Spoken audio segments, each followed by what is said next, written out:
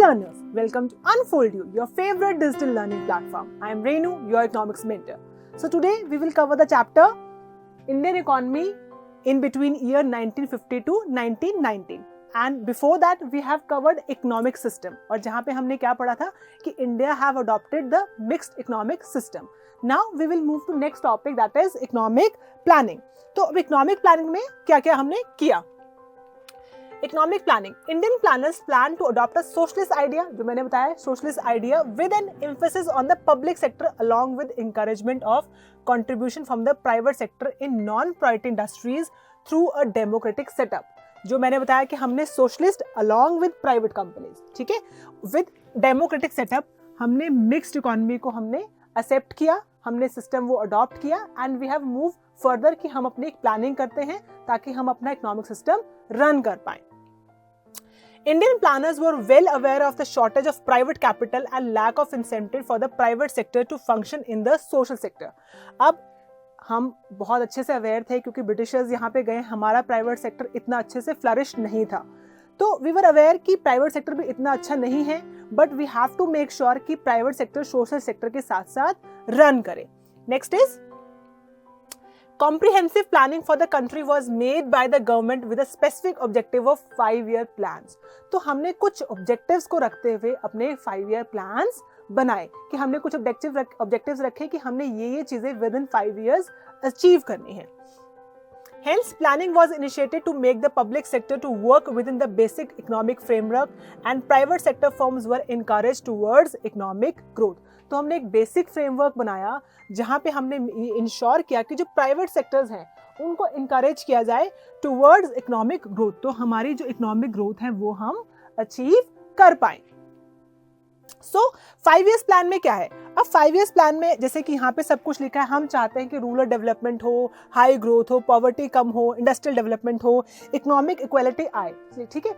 लेकिन ये सब ऑब्जेक्टिव करने से पहले we have to make sure कि जो हमारा प्लानिंग है, जो भी हम 5 years प्लान बना रहे हैं उसके कुछ ऑब्जेक्टिव्स रहे, और उन ऑब्जेक्टिव्स को हम नेक्स्ट स्लाइड में कवर करेंगे कि वो जो ऑब्जेक्टिव्स हैं वो इन सब चीज़ों को अटेन करने के लिए साइमल्टेनियसली इंपॉर्टेंट रहे. तो a plan specify the set of objectives to be achieved within a specified period of time, कि जो हमारा प्लान होता है उसमें हम रहता है कि जो भी हमने टारगेट्स रखे हैं वो उस स्पेसिफाइड पीरियड में हो जाए. It shows the means and ways to allocate available resources in optimum manner in different development activities of a country. अब जो भी हम प्लान बनाते हैं उस प्लान में हमारा क्या रहता है कि अगर हमने कोई चीज़ टारगेट अचीव करना है तो हम ये भी मेक श्योर करेंगे कि उस चीज़ को अचीव करने के लिए कि रिसोर्सेज को यूटिलाइज कहाँ करना है, एलोकेट कहाँ करना है. The duration of plans in India is 5 years and it is called a 5-year plan. The first 5-year plan was introduced in April 1950. तो ये फैक्चुअल चीज़ है कि 1950 ईयर्स में हमारे फर्स्ट 5-year प्लान जो है वो स्टार्ट हुए थे, और जो 5 years प्लान है वो स्टार्ट हुए थे. So next we will see कि जो हमारे प्लानिंग ऑब्जेक्टिव्स हैं कि हमने जो प्लान किया तो हमारा ये तो टारगेट्स तो ये रहते हैं कि हम पॉवर्टी एलिमिनेट करेंगे, इंडस्ट्रियल सेक्टर डेवलप करेंगे, डेवलपमेंट जो हमारी अंडर डेवलप्ड इकोनॉमी है उसको डेवलप करेंगे, हम ग्रोथ बहुत ज़्यादा लेके आएंगे, अपनी इकोनॉमी को वर्ल्ड नंबर 1 बनाएंगे. बट उसके लिए हमें क्या चाहिए कि हमारे जो प्लानिंग ऑब्जेक्टिव्स हैं which are, first one is growth, modernisation, self reliance and equity, कि जो भी हम प्लान्स कर रहे हैं उनमें ये चारों ही चीज़ें इक्वली जो है कंसिस्टेंटली जो है जिनको मेंटेन किया जाए. तो first we will see what is we meant by growth. Growth refers to an increase in the level of national income over a period of time, कि जो भी हमारे प्लान्स हैं we have to make sure कि जो हमारी national income है वो ओवर द टाइम वो बढ़ती रहे. Flow of good and services must consistently increase and therefore the standard of living of people will increase over a period of time. अगर हमारी इनकम जो है विद टाइम बढ़ती रहेगी तो उससे क्या होगा कि हमारा जो स्टैंडर्ड ऑफ लिविंग है वो बढ़ता रहेगा. When an economy grows, structural transformation occurs. हमारा स्टैंडर्ड ऑफ लिविंग बढ़ रहा है, हमारा स्ट्रक्चरल ट्रांसफॉर्मेशन बढ़ेगा, हमारे इंडस्ट्रीज आएंगी, हमारी हाउसिंग कंडीशंस बेटर होंगी, हम न्यू डैम्स लेके आएंगे, नई रोड्स लेके आएंगे, तो वो स्ट्रक्चरल ट्रांसफॉर्मेशन भी with increase income, with increase GDP, with increase national income हमें जो है दिखनी स्टार्ट हो जाएगी. Structural transformation implies decrease in economics dependence on the agriculture sector and the share of the industrial and service sectors in the total GDP will increase over the years. अब structural transformation से मतलब भी क्या है कि जैसा हमने पढ़ा था कि जो हम एग्रीकल्चर डोमिनेट कंट्री है, हमारी 70% पॉपुलेशन है वो एग्रीकल्चर में है. अगर कोई इकोनॉमी ग्रोथ कर रही है तो आपने देखा भी होगा जो यूरोपियन कंट्रीज हैं या यूएसए कंट्रीज हैं वहाँ पे जो टर्शरी सेक्टर है, थर्ड सेक्टर है, वो बहुत ज़्यादा है. तो वो एक साइन है ऑफ ग्रोथ, ऑफ डेवलपमेंट. तो जैसे जैसे हम भी एग्रीकल्चर से प्राइमरी सेक्टर से सेकेंडरी सेक्टर और टर्शरी सेक्टर में मूव करेंगे, दैट विल शो कि हम ग्रोथ कर रहे हैं. Next is GDP is an indication of economic development, क्योंकि जो जीडीपी अगर विद टाइम एक इंक्रीज्ड मैनर में बढ़ रहा है, that is sine of economic development. तो वी विल मेक श्योर कि जो हमारे प्लानिंग्स हैं वहां पे जीडीपी ओवर द टाइम वो बढ़ता ही रहे. So next is modernization. अब modernization से क्या मतलब है? Modernization is the use of advanced technology in the production of goods and services so that productivity can be increased. कि जो भी हम अपनी प्लानिंग्स में चीज़ें लेके आ रहे हैं उनमें हम मॉडर्न चीज़ें लेके आए. हमारी जो कंट्री है वो मॉडर्न चीज़ों में आगे बढ़े, हम पीछे ना रह जाएं बाकी कंट्रीज से. और मॉडर्नाइजेशन से मतलब क्या है कि अगर हम एग्रीकल्चर सेक्टर में बात कर रहे हैं, हमारे किसानों को यही फिक्र रहती है कि बारिश होगी, सूरज कैसा रहेगा, वेदर कैसा रहेगा.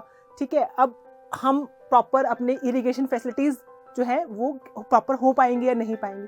तो हम नेचर पे डिपेंड रहने के बजाय जो इरिगेशन के मैनर्स हैं उनको चेंज करें, उन मेथड्स को ट्रांसफॉर्म करें. जो हमारी इंडस्ट्रीज़ हैं वहाँ पे कॉस्ट इफेक्टिव जो टेक्नोलॉजी है वो लेके आए. हमारा जो कंप्यूटर का सिस्टम है, जो हमारा आईटी सेक्टर है, उसको हम डेवलप करें. तो उस तरह की चीज़ें जो है वो मॉडर्नाइजेशन में आएंगी. हम अगर एग्रीकल्चर के सेक्टर की बात करें तो वहाँ पे हाई यील्ड जो सीड्स हैं उनका यूज़ लेके आए. हम कोई एग्रीकल्चर पैटर्न्स हम यूज़ करें ताकि हमारा एग्रीकल्चर जो है वो मॉडर्नाइज होकर ज़्यादा प्रोडक्शन हमारी हो सके, जो हम फर्दर जो नेक्स्ट टॉपिक्स हैं ग्रीन रेवोल्यूशन में कवर भी करेंगे. सो it does not have any negative impact on employment generation. In fact, modernization and employment generation go hand in hand.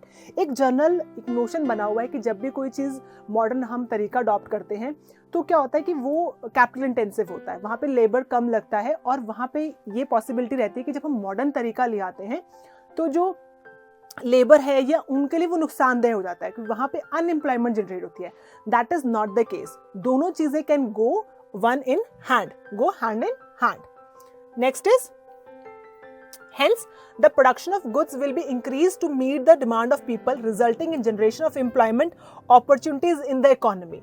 अब जो भी हम मॉडर्न तरीके करेंगे उससे हमारी प्रोडक्शन बढ़ेगी और दैट प्रोडक्शन जो वो इकोनॉमी को रन करेगी वो ऑटोमेटिकली हमारे पास एम्प्लॉयमेंट जनरेट होती रहेगी. तो ऐसा कुछ नहीं है कि अगर मॉडर्नाइजेशन है तो अनएम्प्लॉयमेंट जनरेट होएगी, ऐसा नहीं है.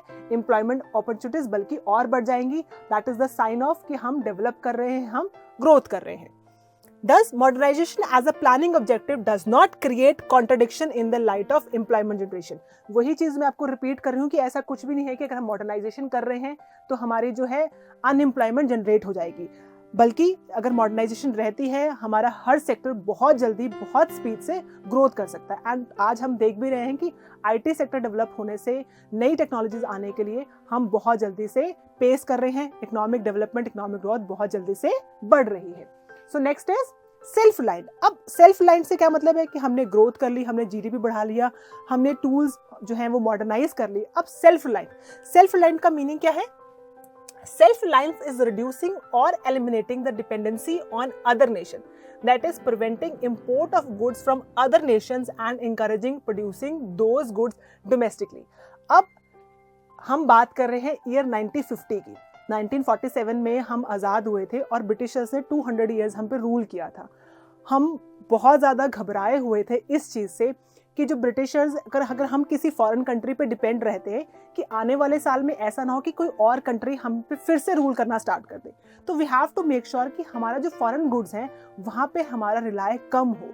हम जो वहाँ से इम्पोर्ट है वो मैक्सिमम कम से कम करें और एक्सपोर्ट्स हमारे ज़्यादा, ताकि हम सेल्फ रिलायंट बने. जो भी चीज़ हम वहाँ से इम्पोर्ट कर रहे हैं वी विल मेक श्योर कि हम उनको इंडिया में ही प्रोड्यूस करें.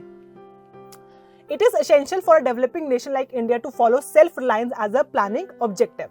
This is because at the time of independence, India was completely dependent on foreign countries for food, technology and capital goods, which affected India's sovereignty adversely. कि अब जब हमारे को क्या हुआ था, मैं आपको एग्जांपल बताती हूँ, 1964-5 में जब इंडिया पाकिस्तान वॉर चल रही थी, तो उस टाइम पे यूएसए ने हमें थ्रेटन किया था कि वो फूड की सप्लाई बंद कर देगा, बिकॉज हमारा मैक्सिमम जो है फूड का जो इम्पोर्ट होता था वो कहाँ से आता था, यूएसए से. और इवन यू कैन से कि दैट बिकम द बेसिस कि हमें ज़रूरत महसूस हुई कि हम सेल्फ सफिशिएंट बने, एटलीस्ट एग्रीकल्चर सेक्टर में, फूड सेक्टर में हमें वहाँ पे डिपेंड ना रहना पड़े. और दैट बिकम द बेसिस कि हम ग्रीन रेवोल्यूशन की तरफ भी जो है वो चल पड़े थे. नेक्स्ट इज, अब सेल्फ रिलायंस कैसे वर्क करता है, मैं आपको विद द फिगर्स बता देती हूँ. India aimed at self sufficiency in food grains. हमने ये कोशिश, हमने टारगेट रखा कि हम फूड ग्रेन्स में सेल्फ सफिशिएंट हो जाएंगे. अगर वो चीज़ सेल्फ सफिशिएंट रहती है, फिर क्या होगा कि हम जो चीज़ें वहाँ पे इन्वेस्ट कर रहे हैं वो हम अपने इंडस्ट्रियल सेक्टर में ला सकते हैं. इंडस्ट्रियल सेक्टर में लेके आएंगे तो हमारा जीडीपी विल इंक्रीज, जो हमारा सेकेंडरी सेक्टर है वो भी इंक्रीज करेगा. Growth of domestic production. अब अगर हमारा इंडस्ट्रियल सेक्टर अच्छा हो रहा है तो हम अपने ही घर में, अपने ही इंडिया में अच्छी चीज़ें, डोमेस्टिक चीज़ें प्रोड्यूस कर सकते हैं. That will lead to fall in foreign aid. हमें जो फॉरेन कंट्रीज हैं, जो हमें इंपोर्ट्स हैं, वो हमारे कम हो जाएंगे, and that will automatically lead to fall in dependency on imported goods. अब जो इम्पोर्टेड गुड्स हैं, हमें उन पे फॉल ही नहीं करना पड़ेगा, डिपेंड ही नहीं करना पड़ेगा. तो जो हमारा फॉरेक्स रिजर्व है वो भी बैलेंस्ड रहेगा. अब नेक्स्ट क्या है, equity. We have covered modernisation, self reliance and growth. तो अब इसमें जो लास्ट एंड फॉरमोस्ट इंपॉर्टेंट चीज है इक्विटी. तो इक्विटी का मीनिंग क्या है? Equity refers to equitable distribution of the national income. कि जो हमारी नेशनल इनकम है, अब हमें पता है कि हमारी पॉपुलेशन बहुत ज़्यादा है, हमें ये भी पता है कि हमारा रिच टू पुअर गैप बहुत ज़्यादा है, but we have to make sure कि जो हमारी नेशनल इनकम है वो इक्वल डिस्ट्रीब्यूट हो. और अगर वो नहीं हो रही तो हम कौन से तरीकों से उसको डिस्ट्रीब्यूट कर सकते हैं? We have to make sure कि जो लोअर स्ट्रैटा है उसको अपलिफ्ट किया जाए. One of the important objectives of planning is to get stable growth with equity in the economy.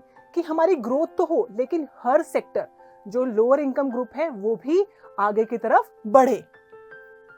For every nation it is essential to have growth along with equity. ये जरूरी है, ऐसा नहीं है कि सिर्फ rich becomes richer and poor become poor. हर country के लिए चीज इंपॉर्टेंट है. If there is only growth with equity in the economy, then it means that everyone is not enjoying the benefit of growth. अब जो हमारी growth है वो विदाउट इक्विटी है, तो इसका मतलब क्या है? विदाउट इक्विटी है ना. अगर विदाउट इक्विटी हमारी ग्रोथ है तो इसका मतलब है कि जो सब लोगों को प्रॉपर ग्रोथ नहीं हो पा रही, तो वो एक्चुअल ग्रोथ नहीं है. Next is, in this regard, planners have to ensure that the prosperity of economic growth should reach all the people. Individuals should be able to fulfill their basic needs of food, house, education and healthcare. कि जो individuals हैं, जो lower strata of income है, जो group है, उनके पास जो basic needs हैं like food, house, education and health care, वहाँ तक पहुँचे. अब मैं आपको एग्जांपल देती हूँ इनकम अनइक्वल डिस्ट्रीब्यूशन का. अब एक डॉक्टर है, वो एक सर्जरी का 1 लाख रुपीज़ चार्ज करता है, या आप इसको मिनिमम मानते हैं 50,000 फॉर 1 सर्जरी, और वो सर्जरी किसी लेबर की कर रहा है, और उस लेबर की एनुअल इनकम जो है वो 50,000 है. तो यू कैन सी कि एक सर्जरी, जो डॉक्टर है वो उस चीज़ को ऑपरेट कर रहा है, तो ही इज गेटिंग 50,000. लेकिन जो एक लेबर क्लास है उसकी पूरे ईयर की इनकम जो है वो कितनी है? 50,000. तो we have to make sure कि जो ये गैप है रिच एंड पुअर का वो कम से कम हो. तो उसके लिए हम क्या मेक श्योर करेंगे कि जो पुअर स्ट्रैटा है, लोअर स्ट्रैटा है, वहाँ पे वेलफेयर ज़्यादा हो, इक्विटेबल डिस्ट्रीब्यूशन हो. ऐसा काम किया जाए ताकि हम उनको अपलिफ्ट कर सकें. The government should ensure appropriate allocation of wealth among the people to reduce economic equality. जो मैंने आपको बताया कि जो हमारी वेल्थ है उसको हम इस तरह से एलोकेट करेंगे ताकि जो रिच लोग हैं उनको भी बेनिफिट्स हो, उनको हम अपनी पॉलिसीज में किसी और तरीके से इलेक्शन सकते हैं, लेकिन जो पुअर है उनको जो बेसिक नीड्स हैं वो हम अवेलेबल करा सकें ताकि वो अपने एरिया में ग्रोथ कर सकें. So growth with equity is a more rational and desirable objective of planning for a nation. तो ग्रोथ विद इक्विटी जो है वो डिजायरेबल है for a planning in economy. अब हम कब से बात कर रहे हैं कि what is growth and what is development, तो we will see the difference कि ग्रोथ क्या है एंड डेवलपमेंट क्या है. फर्स्ट पॉइंट क्या है? Growth refers to sustainable increase in GDP over a period of time which raises the standard of living of the people. अब growth क्या मतलब है कि हमारा जीडीपी बढ़ रहा है और उसकी वजह से हमारा लोगों का स्टैंडर्ड ऑफ लिविंग बढ़ रहा है। अब डेवलपमेंट क्या कहता है, refers to growth with equity along with structural change in the economy. अब यहाँ पे एक वर्ड है इक्विटी, कि जो हमारी ग्रोथ है हमारा, अब यहाँ पे बोल रहा है कि स्टैंडर्ड ऑफ लिविंग बढ़ रहा है, बट यहाँ पे हम बात करेंगे डेवलपमेंट कब है कि जो लोअर स्ट्रैटा है, जो लोअर इनकम ग्रुप है, वो भी जो है अच्छा कमा रहे हैं, उनके पास भी बेसिक फैसिलिटीज बढ़ गई हैं, कि हम बढ़ तो रहे हैं लेकिन ओवरऑल जब हम बढ़ रहे हैं that is development. Second is brings quantitative changes, that is increase in level of production in an economy. जब हम नंबर्स में बात करेंगे, इन टर्म्स ऑफ क्वांटिटी बात करेंगे, तब हम कहेंगे ग्रोथ हो रही है। लेकिन जब हम बात करेंगे कि हमारा increase in the level of production हो रहा है along with the improvement in the technology and standard of living, कि अब यहाँ बात करते हैं कि एक इंडस्ट्री लगाई, हमारी जो इनकम है वो बढ़ गई, ठीक है। लेकिन हम डेवलपमेंट कब कहेंगे कि हमारे पास इस तरह की मशीन्स हैं जो कॉस्ट इफेक्टिव हैं, मैक्सिमम प्रोड्यूस कर सकती हैं, देन विल से कि हाँ डेवलपमेंट हुई है। This is growth and this is development. Third one is an automatic process, कि ग्रोथ तो विद टाइम होते ही रहेगी, कुछ ना कुछ तो इंक्रीज होता ही रहता है। Is the outcome of planned activities. अब डेवलपमेंट कैसे है कि वी हैव टू प्लान, कि कौन से से हमने इक्विटी की बात करी कि वी हैव टू प्लान कि हर एरिया डेवलप हो, हर जगह पे रिसोर्सेज हैं वो इक्वली डिस्ट्रीब्यूट हो, तो ये is the outcome of planned activities. So I hope ये टॉपिक जो इकोनॉमिक प्लानिंग है आपको अच्छे से समझ आ गया होगा। Now we will see some objective question. तो फर्स्ट क्वेश्चन क्या कहता है, the planning commission was set up in. अब जो हमारा प्लानिंग कमीशन है वो कब सेटअप किया गया था, हमने ये कवर भी किया था। प्लानिंग कमीशन सेटअप हुआ था ईयर 1950 में। You have to learn this question क्योंकि ये पूछा जाता है क्वेश्चन, बहुत ही बेसिक क्वेश्चन है। Second is modernisation refers to change in technology, management techniques, social outlook, all the above. अब मॉडर्नाइजेशन क्या होता है कि हमारी टेक्नोलॉजी में चेंज हो, ऑब्वियसली यस, मैनेजमेंट टेक्निक्स में चेंज हो, बिल्कुल, एंड सोशल आउटलुक, कि हमारा सोशल आउटलुक भी चेंज हो। तो हमारा करेक्ट ऑप्शन क्या रहेगा, ऑल द अबव। मॉडर्नाइजेशन क्या है, सिर्फ टेक्नोलॉजी में नहीं, हमारा आउटलुक भी चेंज हो, तो वो किस में आएगा, मॉडर्नाइजेशन में कवर होगा। Next question is the objective of self reliance means reducing dependence on foreign trade, foreign add, foreign investments, all the above. अब सेल्फ रिलायंस का मतलब क्या है, हमने बड़े अच्छे से कवर किया था कि जो हमारी डिपेंडेंस है वो क्या रहेगी, हम फॉरेन ट्रेड में हमारी इन्वेस्टमेंट रहेगी। फॉरेन एड अगर हमें आ रही है वो बिकॉज किसी हेल्प की वजह से आ रही है, अगर फॉरेन इन्वेस्टमेंट भी हो रही है that is a good sign, लेकिन हमारी फॉरेन ट्रेड पर डिपेंडेंस नहीं रहनी चाहिए। तो सेल्फ रिलायंस का जो मेन ऑब्जेक्टिव है कि फॉरेन ट्रेड पे हमारी जो है डिपेंडेंसी नहीं रहनी चाहिए। Next is the objective of equity can be achieved by reducing gap between rich and poor, reducing poverty, both A and B, none of the above.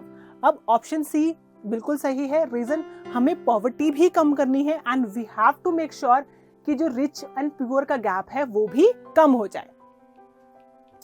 So I hope ये topic आपको अच्छे से समझ आ गया होगा। Still in case you have any doubts you can share them in our ask a doubt section.